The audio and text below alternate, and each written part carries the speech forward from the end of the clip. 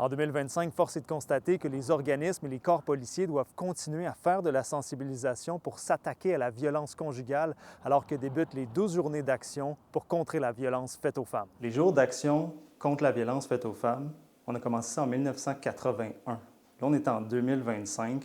Toi, de ce que tu observes sur le terrain, de quelle façon on a évolué, si on a évolué depuis? Bien, c'est sûr que depuis 81, il y a quand même beaucoup de choses qui ont évolué. Je pense, entre autres, en 80, le viol conjugal, c'était encore légal, hein. Les femmes avaient le devoir conjugal envers leur mari, puis une femme ne pouvait pas porter plainte envers son mari s'il y avait agression sexuelle parce que c'était notre devoir de femme.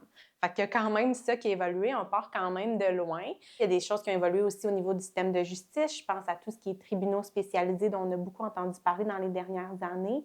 Donc, de vraiment mettre la victime de violence conjugale, la victime d'agression sexuelle au centre du processus, puis d'avoir vraiment là, des policiers, des enquêteurs, des avocats qui vont être formés. Mais reste qu'on continue de faire ces journées-là, ces 12 jours d'action. Donc, il y a un besoin de continuer à sensibiliser. Donc, qu'est-ce qui n'a peut-être pas assez changé, pas assez évolué depuis? Oui, bien, il reste encore des violences qui sont faites aux femmes, hein. On le voit, les maisons d'hébergement en violence conjugale débordent. On estime que c'est environ une femme sur 3 qui va vivre une agression sexuelle au cours de sa vie.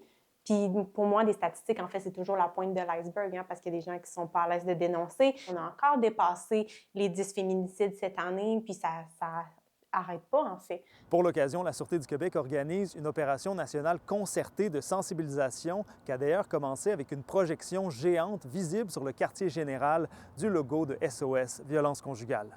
On le sait, le fait de sensibiliser la population, ça peut nous permettre de rejoindre des gens qui, normalement, ne communiqueraient pas avec les policiers ou encore avec les services d'aide.